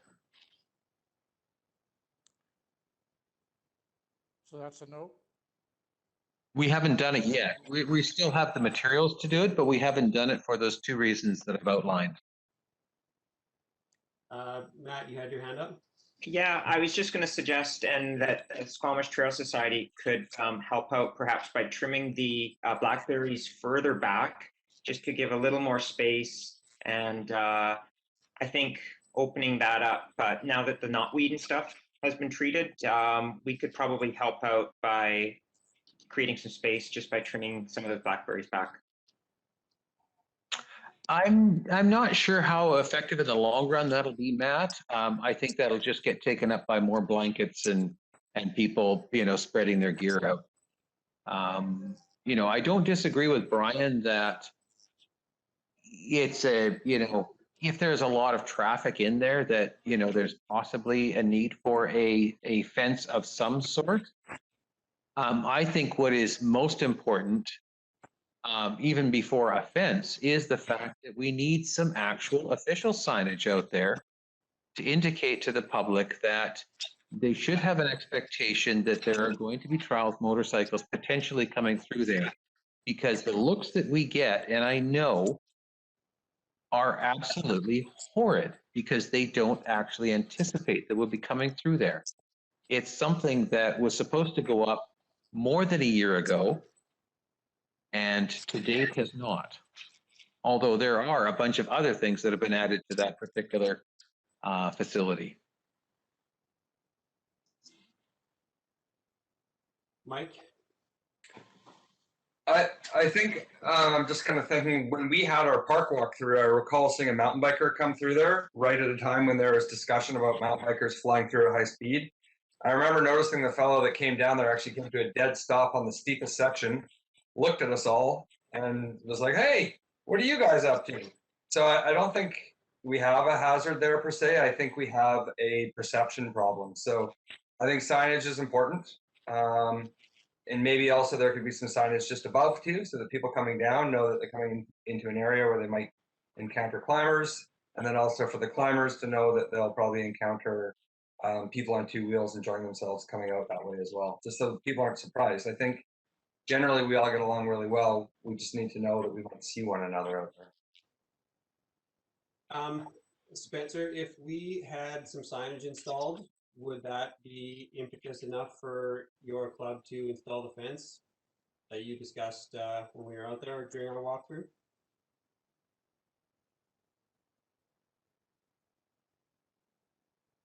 I think that would, yeah, I think that would go most of the way towards us getting out there to do that.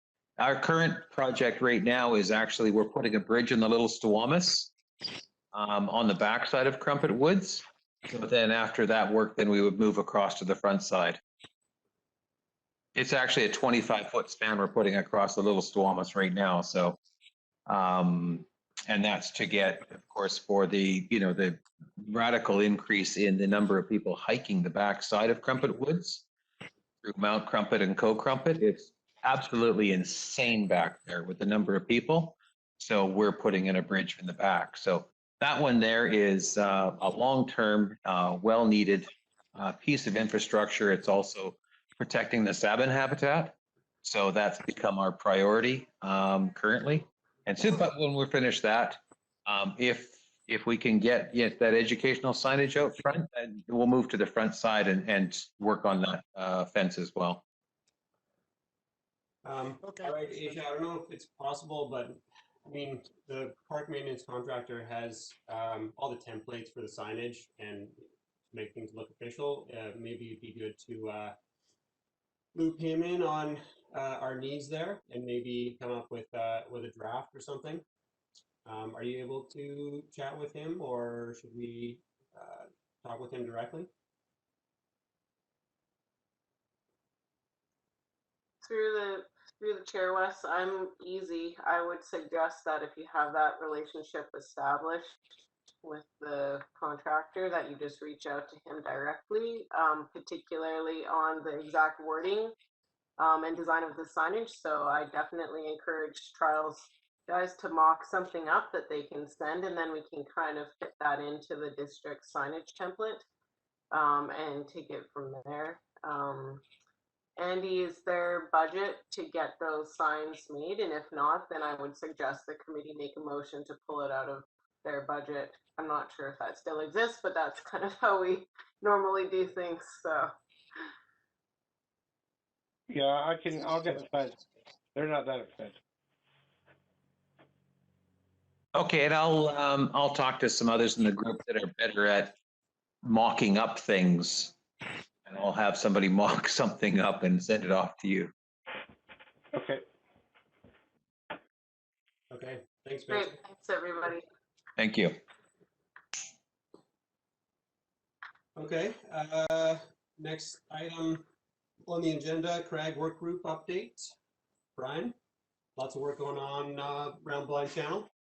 I have to say, it is, in all the years I've been doing this business, I have never seen such a huge input of volunteer labor as has gone into this Drinka Land project.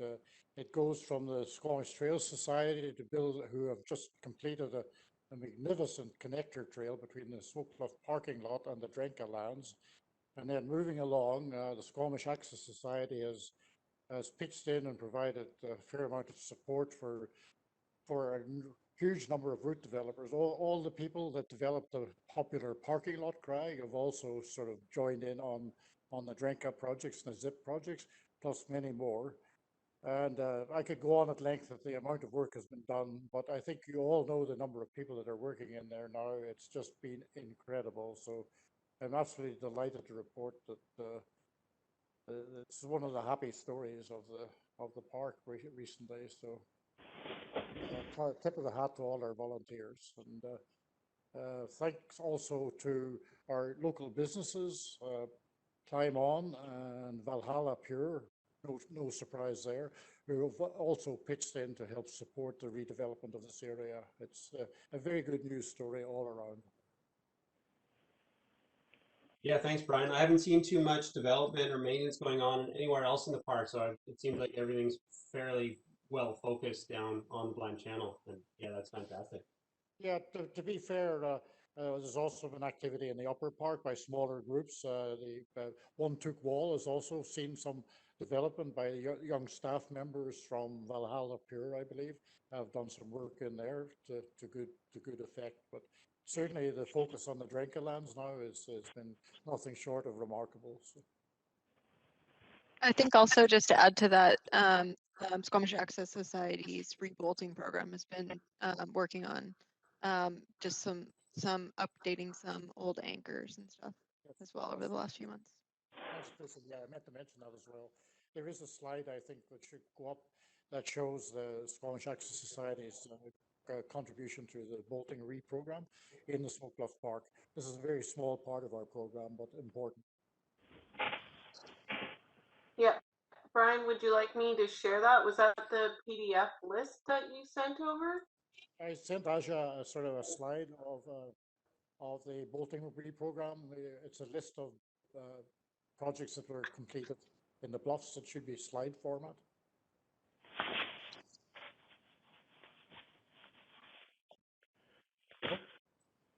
Don't worry. No, there we go. This represents a very small contribution to the overall climbing environment in Squamish. This is Smoke Bluff specifically, but does not include recent work on the ZIP, which is probably the signature Crag in the Drinka lands. And we had to replace much of the hardware in that area because the former landowner removed hardware to discourage climbing. So it was a significant cost to the Squamish Access Society, but it's now completed. Thank you. All right, thanks, Brian. Yeah, and then I guess just, do you want to maybe mention the normal route to go to tell someone at the Squamish Access Society whether or not there's an anchor or bolt that needs issuing? I'm sorry, the question again, please. Is there, what's the normal method for? Yep, that's a good question, but it's more germane to the climbing population in general. We have a system whereby the climbing public can report to the Squamish Access Society any suspect bolts or anchors, and we will put them on our to-do list going forward. Thanks, Wes. That's a good reminder. The Mank Patrol. The Mank Yeah, Patrol. Wes, you can do it on our website. Yes. Yeah. Okay. Anything else on Crag work groups? Anyone? Moving on, status recommendations, the referrals from the council, $15,000 request for the composting toilet. Have we discussed that enough at this point? Yes, I see some nodding. Okay. Correspondence. You mentioned there was one correspondence, but it didn't meet the deadline. I don't see any others, so I guess we'll move on to the roundtable. So why don't I just follow the list going clockwise from what I see on my screen. First one would be District of Squamish, the host. Nothing there, I don't think. What about Brian? You're next on the list. No, I don't have anything, thank you. Asia? Yeah, so the park maintenance contractor, in partnership with a group of developers, has floated the idea to the district, thinking that given the park dedication bylaw and the acquiring the Drenker lands, that this is a really good opportunity to have some sort of more official grand opening of Smoke Bluffs Park. And so, yeah, that idea is being floated to the district. I'm bringing it to the council or to the committee for discussion and to inform the committee. The district really hasn't had any further discussion other than saying that we'll inform the committee that this is being proposed. Yeah, I mean, it does sound like a good idea. The more publicity we can get to the Smoke Bluffs, the better. It might be better to wait until after the actual park has been dedicated. If not the whole entire thing, you know, maybe just the portions that are district land. I mean, I would support that. Yeah, I would prefer to wait till we are at the completion stage. I would prefer to wait too.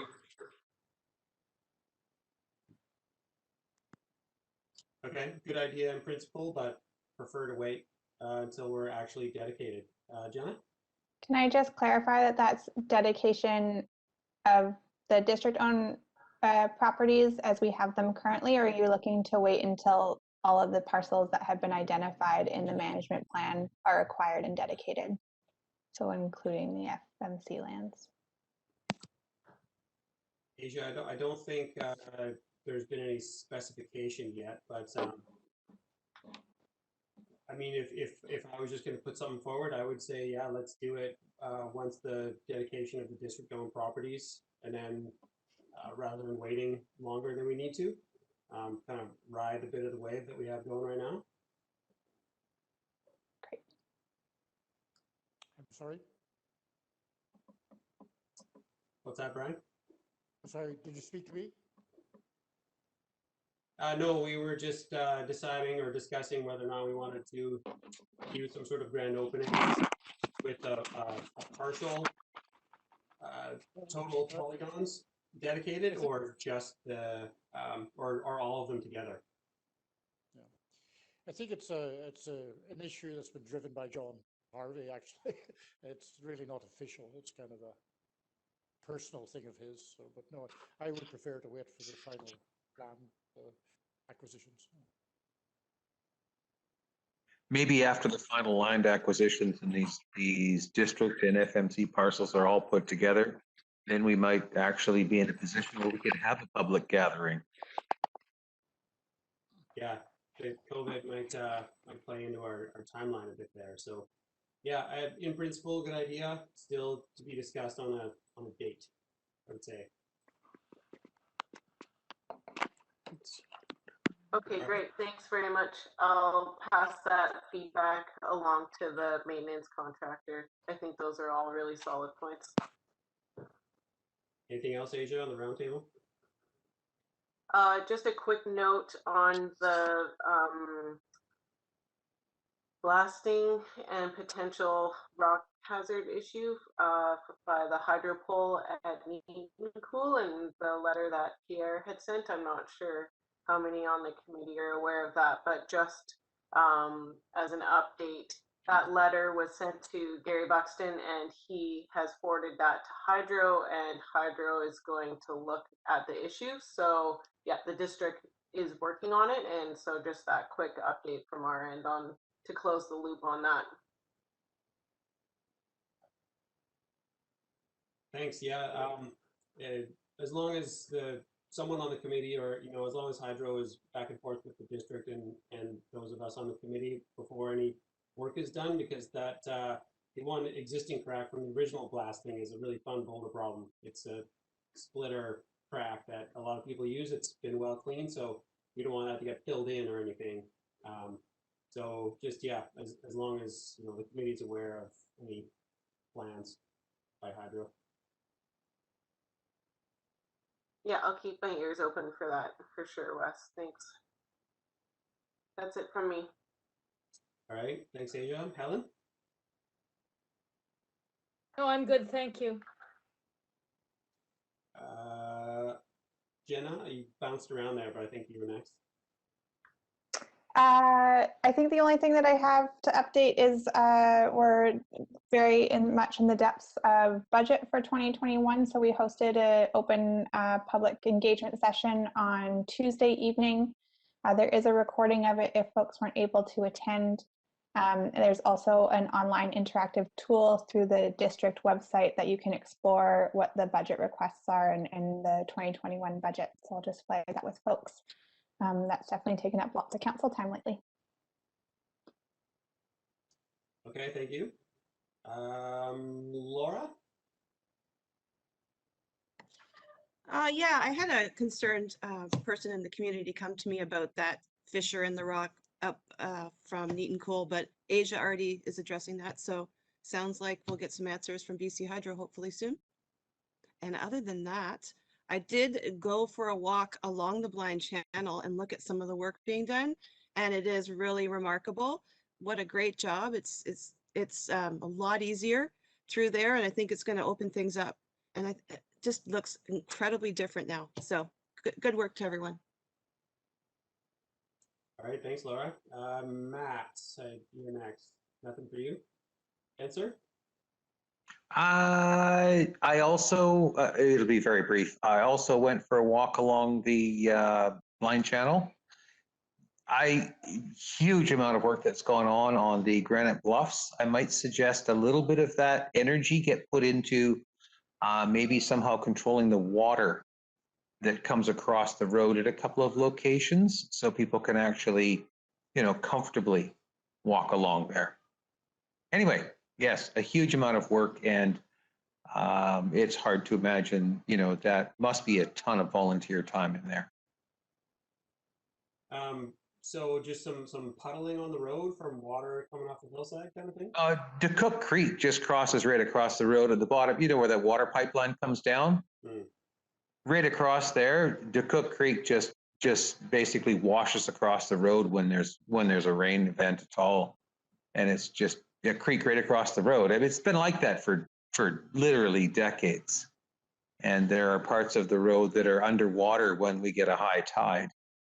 That is, the way that people walk back and forth through there. So rather than always looking up, maybe we should look down onto the road grade and get that tidied up a little bit, as well as all of the climbing crags. I have every confidence that John will take care of it. So. All right, Brian, you're next. Anything else to add? Not really. I'm aware Spencer's right. There's a small creek that runs across there. It's a bit annoying, but nothing that a couple of stepping stones would not fix. It's not a big deal.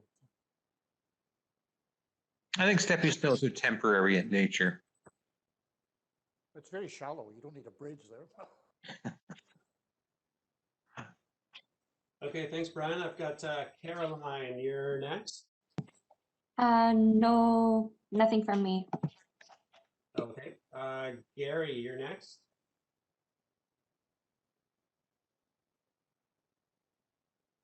I think Gary's good. Gary's good. Chrissy, I think you're next.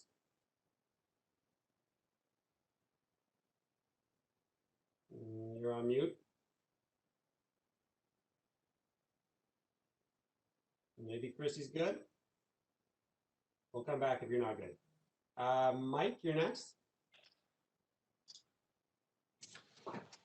Tiny thing. I've just noticed, I think it's a COVID thing, a huge uptick on the lands underneath the power lines. Nothing for me. Thanks, guys. Okay, thanks, Chrissy. The land underneath the power lines. I think a lot of people have been having evening bonfires and stuff there lately. It's leading to just trash and cigarette butts and things like that being left around. I'm also not too sure if the district's happy to have fires happening underneath the power lines. I don't know if anyone else has noticed it. Anyone else seen it there? I don't know, I'm just bringing it to people's attention. Okay, noted. Yeah, has there ever been any bylaw enforcement of campfires in the Bluffs or anything? Is it? I assume it's probably a complaint-driven process. Yeah. I guess. Gary, you're on mute. First I've heard of it, but yeah, if we've got complaints about fire, we'll get on those. I guess you got to catch it in the moment, eh? Seems to happen at night, and there's garbage and beer cans and stuff everywhere. But it's kind of a new thing near the picnic tables that are underneath the power lines there, and a couple other little spots. Okay, thanks. It's probably a COVID thing too. People just trying to get outside. Yeah, I mean, it's definitely something to be aware of. It's obviously not fire season right now, but yeah, thanks, Mike, for bringing it up.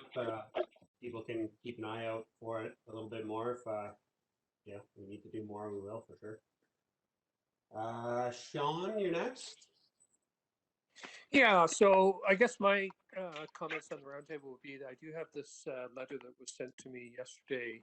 I think I'll forward that to Councillor Stoner and to Gary. And, you know, it sounds like I may be mistaken, but we may not be having another select committee meeting. And on that note, I would like to express my appreciation for all of the hard work and dedication of so many volunteers and the number of hours the district has put into this. And yeah, great to have met you all, and thank you for your time spent on this. Thanks, Sean. Did you want to read that note that you got from that concerned member? Or do you want to just let it take its natural course? I think it's better I send it. It's a little bit long. It's not long-winded, but it's got a lot of information in it. So yeah, I think for time management, better to send it off. Okay. And just for myself, I've I've got 3 points that were brought to my attention from various people. One is the rock slab section of trail just north of Neat and Cool, the rock slab section of the commuter trail. It's still icing up in the winter. It's still got water leaking on it. We did all that that gravel lift and the ditching just above it. But there's been some concerned hikers that have been either slipping or almost slipping on some ice there. So with it being the commuter trail, I think it should be put on the front burner there to try and come up with some remediation plan, whether it's continuing that gravel list to surface the trail over top of that rock slab, or if there's another option. I think it's going to be a concern if someone does slip and fall there. It gets pretty icy, and even on a bike for commuters, it's pretty bumpy, and it's definitely, you know, it's a section of trail that's a lot different from what you're on, and you might come into it not expecting it. So I think that's a section of trail that should be looked at. It's probably going to be a capital expense rather than a park maintenance contractor activity. So and we're not really doing that anymore, I guess, but I just like to keep it on everyone's minds going forward. And then another suggestion that would be actually from the park maintenance contractor suggested that some of the stair treads, the wood stair treads in the park are getting a little bit slippery in the winter. They're getting aged. They're getting algae growth on them. That there might be a consideration of adding some grip tape or some grip strips to the stair treads. Something to think about in the future. Again, it's probably a capital expense to get those installed. Not difficult, but the materials are expensive, and it's just time consuming. So something else to think about. It's maybe a good idea. I don't know what the longevity is of those things, but if anyone else has any experience with those in an outdoor wilderness setting, if it's a good idea or not. I was given an estimate of roughly $1,500 to $2,000 to install them on all the stair treads. Whether or not that's necessary, kind of yet to be determined, but yeah, I just wanted to put that out there that it's something that's been discussed. And then the third point would be people getting lost on the way to the Smoke Bluff Summit, either on the yet to be decommissioned East Side Loop Trail or trying to access it from the Upper Loop Trail. It kind of ties into the whole East Side Loop Trail or Summit Trail discussion. And it's probably something for the next meeting, but people are getting lost and you know, ending up in Crumpet Woods or ending up in the quarry, or just, you know, are not able to find the summit easily. And the whole reason we built the trail was to get people up there to enjoy the views and to enjoy the park, and it's not totally working yet. So in addition to the trail itself, you know, some signage is going to be required. So just wanted to keep that also on the front burner. What? Go ahead, Mike. How many people have come to you, Wes? I'm just curious, is this 1 or 2 comments, or is this dozens or hundreds? Thousands. No, it's about 2 or 3 comments I've had. There is a beauty to getting lost in the woods. I'm sure we've all done it. It's pretty cool. And that's one thing that's really cool about that corner of the park. I'm an advocate of occasionally getting lost in the woods. But perhaps if we did anything signage, there are about 8 trails already to the summit. So again, I've said it before, I don't think we need any more, but maybe a couple signs. It's cheap. It'd help those few people that don't know how to use a phone GPS get to the top if they need it. Yeah, for sure. And I mean, the signs need to tie into our whole trail strategy, if you will, for that area. So like, definitely not going to rush out and put trail signage anywhere before we've got our strategy sorted as a group for that area, but to be determined. Yeah. And that's all I have input from the community, and I don't have anything else. There's been some recent blowdown. I've taken care of a few of the logs that have come down in the branches, a few danger trees, but overall the park's, you know, it's held up pretty well over this winter so far. The ditching that's been done and trail maintenance that's been done in the past is still holding up. I don't think there's anything glaring or any major trail works that need to be done. So yeah, no, I think the park maintenance contractor's been doing a good job and the infrastructure's held up well. So yeah, I mean, on that note, I think I got everyone on the round table. If there's nothing else, then I will make a motion to terminate the meeting. Sorry, I just got one, Sandy here. Oh yeah, go ahead, Andy. Sorry, I didn't see your name. You're on the phone. Yeah, we actually did order some stair treads, so they're on their way. Yeah, John, I did talk to John about it, and I did get some for them, so they should be here in about a week or so. As for the fires, if you do see fires, stuff like that, you can call our 24-hour line, and they would dispatch the appropriate person out for that. So we do run 24 hours a day if need be, right? So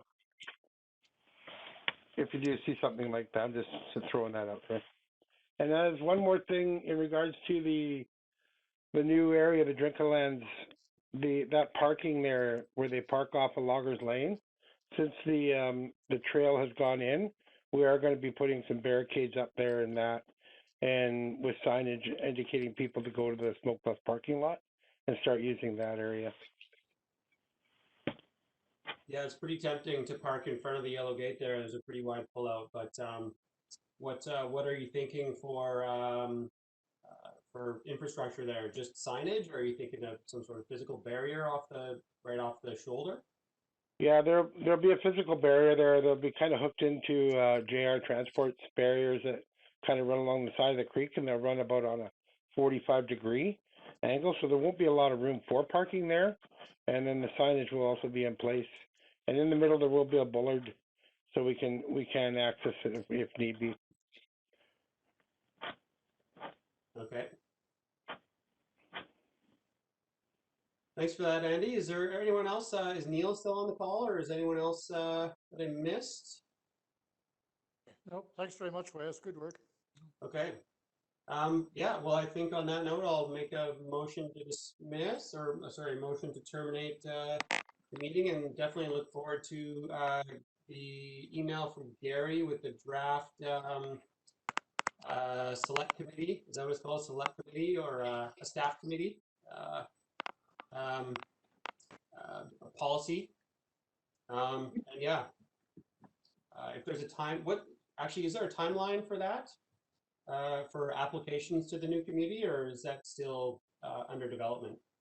Well, we haven't officially terminated this committee, so let's not deal with that timeline until we've actually dealt with this committee officially. So I suspect we'll be, if it all goes as planned, we'll be appointing members to the new committee in March. In March, okay. So we're not going to have another meeting then under this model. Probably not, unless council chooses not to go this way. Wow. Okay. Well, we should have a cake and some candles and proper send off for the committee. That's kind of sad, actually. Yeah. Well, yeah. I'm been honored to be the chair for the past year and a half here, and a member at large for the past 6 years or however long I've been. And thanks to everyone for all the guidance you've given me over the years. It's definitely been valuable. I've enjoyed every minute of it. So yeah, thanks to everybody for everything, and hopefully I'll see you all on the new committee. Hopefully I'll also be on the new committee. Sounds good. Thanks. Okay. So I'll officially make Thanks, that motion to terminate the meeting then, if anyone wants to second it. Seconded by Helen. Seconded. Yeah. Okay. Meeting adjourned. Thank you so much, everybody.